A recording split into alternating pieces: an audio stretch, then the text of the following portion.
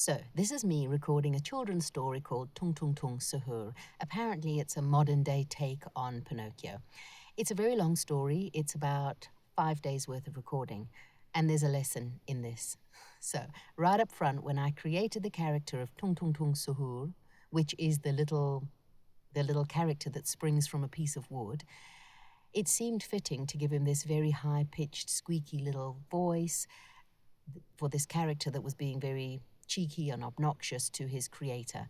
But 3 days into recording, it wasn't so amusing anymore, not to me, because I was finding it harder and harder to recreate it every day and sustain it for long periods because that character has a lot of dialogue.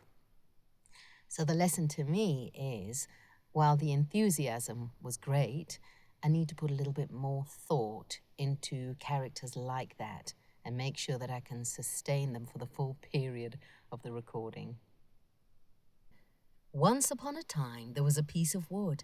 It was not an expensive piece of wood, far from it, just a common block of firewood. One of those thick, solid logs that are put on the fire in winter to make cold rooms cozy and warm.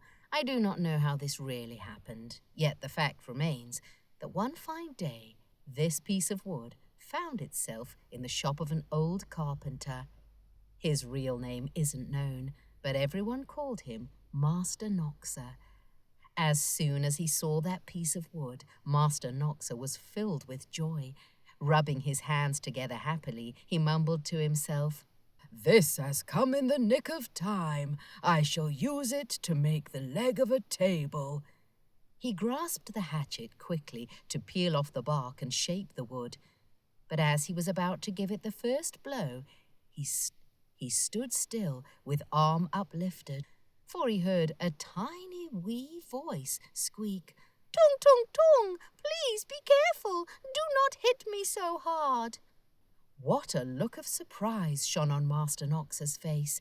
He turned frightened eyes about the room to find out where that small little voice had come from, and he saw no one. He looked under the bench. No one. He peeped inside the closet. No one. He searched among the shavings, but no one.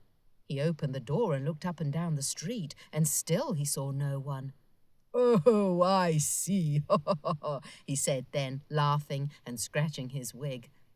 He swapped the hatchet for his wood scraper and started sliding it across the log, back and forth, nice and smooth, when suddenly the little voice giggled and said, "Ha ha ha ha! Tung tung tung! Stop it! Oh, stop it! Ha ha ha! You tickle my stomach!"